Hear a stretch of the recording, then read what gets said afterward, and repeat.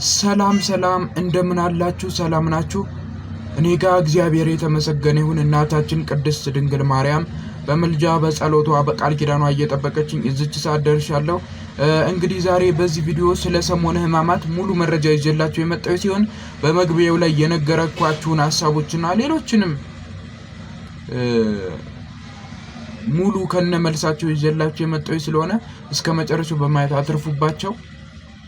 አባ ገብረ ኪዳንና ሌሎችም አባቶች የሰጡትን ምላሽ ተከታተሉ። ወደ ቪዲዮ ለናማትብ እንዲሁም ደግሞ ምን በላውን ምን ተጣውንም ባርከን ልንመገብ ይፈቀድልናል ማለት ነው። የሚከለከለውን በደንብ በግልጽ ምዕመናን ሊያውቁት የሚገባው ነገር ምንድነው?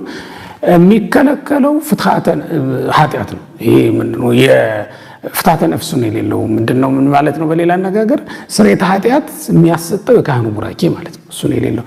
እኔ እንዲህ ራሴን የምባረከው እኮ ስርየተ ኃጢአት የሚያሰጥ አይደለም፣ አጋንንትን ለማስፈራራት። ይሄ ምልክቴ ስለሆነ ነው። ይሄ ምልክቴ ስለሆነ በጦር ጊዜም በሰላም ጊዜም ወታደር መሳሪያ መያዝ አለበት አይደል?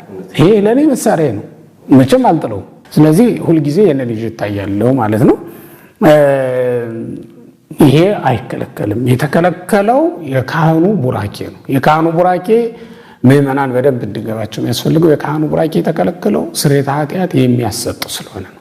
ስርየተ ኃጢአት ያልተሰጠበትን የ5500 ዘመን ታሪክ ለማስታወስ በዚህ ሳምንት ቤተክርስቲያን ተድላ ደስታ ያደረገ በዚህ ሰሞን ጌጥ ያጌጠ ደስ ያለው ይሄን ያደረገ ከሚስቱ ጋር አንድ ወይም ከባሏ ጋር አንድ የሆነ በመኝታ የተገናኘ መብል መጠጥን አብዝቶ የሚደሰት ሰው ቁጥሩ ከአይሁድና ከይሁዳ ጋር ነው ማለት ነው።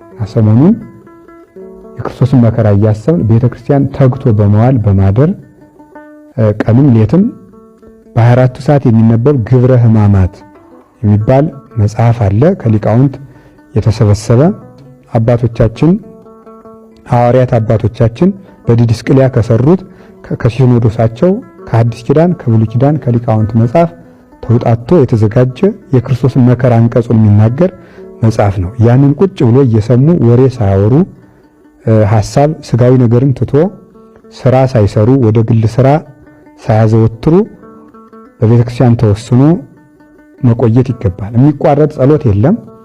መልክ ይደገማል። በዚህ ሳምንት አይደገምም የሚል መጽሐፍም የለም።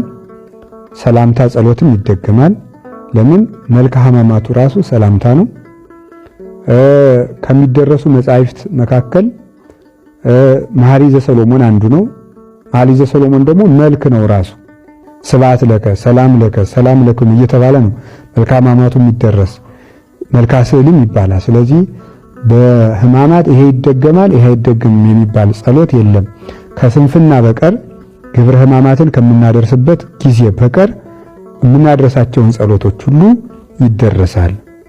ቤተክርስቲያንን ኪዳኑን ቅዳሴውን የምታቆመው የክርስቶስን ሕማም ለማሰብ ተድላ ደስታውን አቆይታ በሌላ ቃል እግዚአብሔር ተክታ ስታደርስለት ትሰነብታለች። ይህም እንዳይታጎል የሰኞ የማክሰኞ የረቡዕ ኪዳን እንዳይታጎል በዕለተ ሐሙስ 3 ኪዳኖችን መላልሳ በማድረስ እነዚህ ሁሉ ትፈጽማቸዋለች።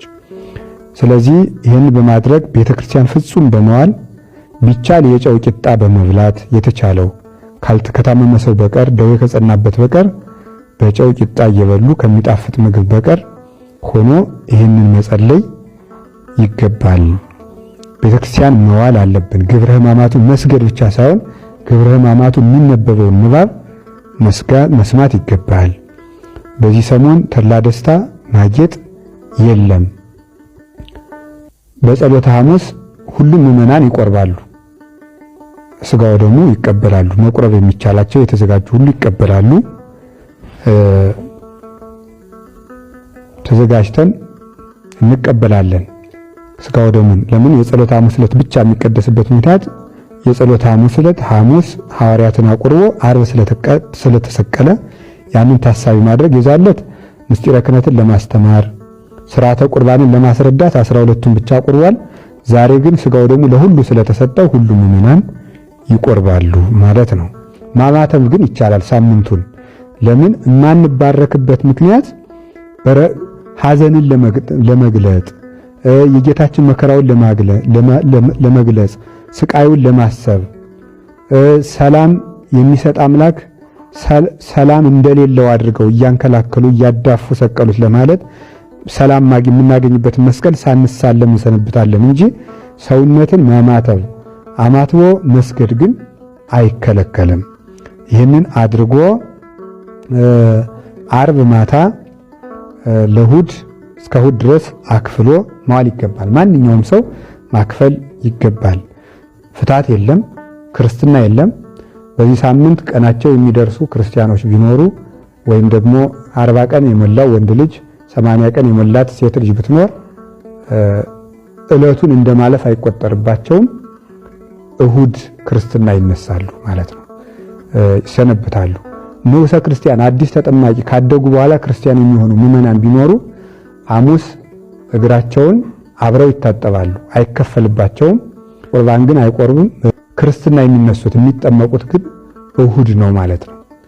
ይህንን አድርገን ስርዓቷን ጠብቀን አክብረን ጌታችን መድኃኒታችን ኢየሱስ ክርስቶስን ፋሲካችን ክርስቶስን ተከትለን ከኃጢአት ወደ ጽድቅ፣ ከክደት ወደ ሃይማኖት፣ ከመለያየት ወደ አንድነት፣ ከጠብ ከክርክር ወደ ፍቅር፣ ከሞት ወደ ሕይወት እንድንሻገር ሀገራችን ኢትዮጵያም ወደ ሰላም እንድትሻገር መለያየት እንዲጠፋልን፣ ፍቅር እንዲነግስልን፣ በሀገር ያለው ሁከት ዘረኝነትና ክፋት እንዲጠፋልን ፍቅር አንድነትን አስበን ከእሑድ ጀምረን ታርቀን በፍቅር ሆነን ማሳለፍ ይገባናል።